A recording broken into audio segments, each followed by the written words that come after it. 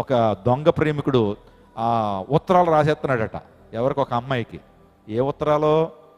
ప్రేమలేఖలు, love లెటర్లో రాసేస్తుంటే వాడు మంచి కవిత్వంతో రాస్తున్నాడట. రాసేటప్పటికి అమ్మాయి అనుకుంటుంది, నా ప్రేమికుడు ఎంత కవిత్వం లేకపోతే ఎంత కవీశ్వరుడు, అద్భుతమైన పదాలన్నీ కూడా నా మీద రాస్తున్నాడని చెప్పి తెగ మంత్రముగ్ధురాలు అయిపోతుండేటువంటిదట.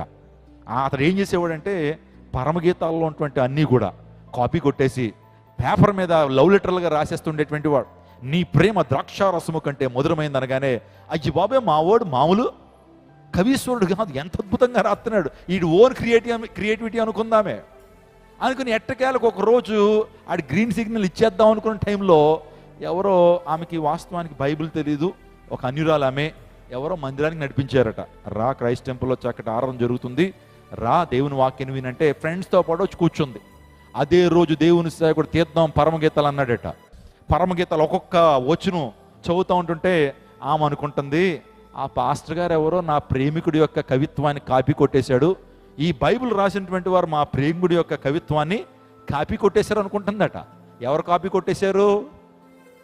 ఎవరు కాపీ కొట్టేశారమ్మా? బైబిల్ని వాడు కాపీ కొట్టేశాడు. ఆ కాసేపటికి అర్థమైంది, ఈ దొంగ ప్రేమికుడు వీడన్నీ కూడా కవిత్వాలన్నీ సొంతం కాదు, ఇది బైబిల్లోంచి తీసుకుని నా కవిత్వం రాశాడని చెప్పి నిజంగా చెడామాడా వాయించేసిందట. ఎందుకు మాట చెప్పానంటే చాలామంది రోజున లవ్ లెటర్లు రాయడానికి, ప్రేమ లేఖలు రాయడానికి, ఆ తర్వాత ప్రేమ కలాపాలు జరగడానికి దేవుని సినిమా ఉపయోగించుకుంటారండి. అంత మాత్రమే కాదు, ప్రేమ లేఖలు రాయడానికి బైబిల్ని ఉపయోగించుకుంటారు. ఆ తర్వాత కొన్ని పోలికలను ఏమండి వారికి అన్వయించుకుంటూ ఉంటారు. యాకోబు ప్రేమించలేదా అంటే నీ ప్రేమను సపోర్ట్ చేసుకోవడం కొరకు ఎవరిని తీసుకొస్తున్నావు? నువ్వు యాకోబుని తీసుకొస్తున్నావు. మరి యాకోబు చాలా ప్రయాసపడ్డాడు. ఆయన 14 సంవత్సరాలు ఊడిగం చేశాడు. మొత్తం తీరాల్సినటువంటి అంతా తీరిపోయింది అయ్యగారికి ప్రేమలో పడగానే.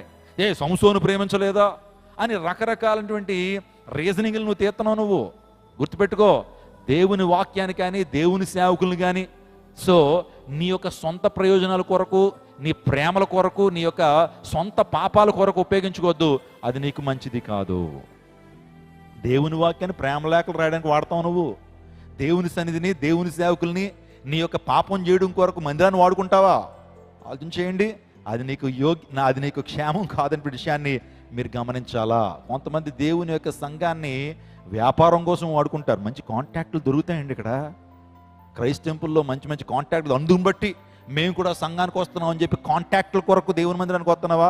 ఇక్కడికి వచ్చేది నువ్వు దేవుని వాక్యాన్ని వినటానికి, దేవుని వాక్య ప్రకారం జీవించడానికి, దేవుని వాక్యం చేత సరిచేయబడ్డానికి, ఆదరించబడ్డానికి, స్వస్థత విడుదల పొందుకోవడానికి. స్తోత్రం చెప్పండి. ఆ దొంగ ప్రేమికుడు ఏం చేశాడు అన్నాడు? పరమగీతాల్లో ఉన్నటువంటి ఆ మాటలన్నీ కాపీ కొట్టేసి రాసేస్తాడు అంటాడు.